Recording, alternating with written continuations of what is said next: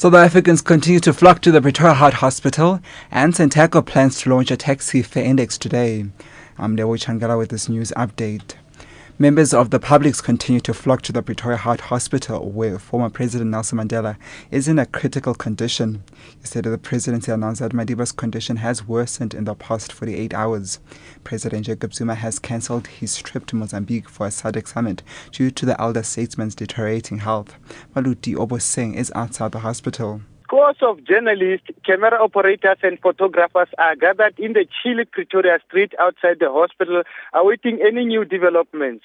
Well wishes for 94-year-old Madiba continue to stream in. The hospital's entrance wall contains messages wishing him well and thanking him for all he has done for the country in his lifetime. Many have also referred to him as the father of the nation. Posters include slogans such as "Madiba, we love you," and his famous quote, "It only seems impossible until it's done." Maluti Ubuseng, SABC News, Pretoria.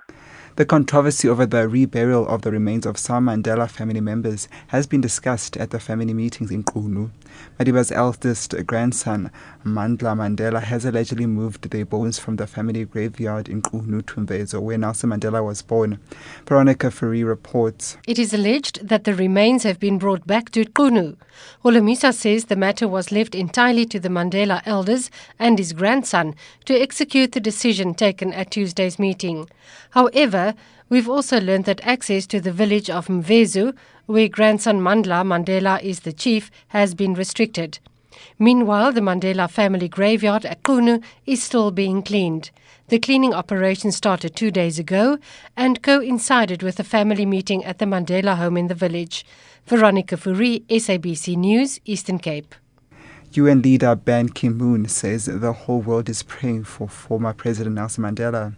Ban called Mandela one of the giants of the 20th century at a New York reception for the 50th anniversary of the Organization of African Unity, which played a leading international role in fighting apartheid in South Africa. He says South Africans and people across the world have been inspired by Madiba's remarkable life and example.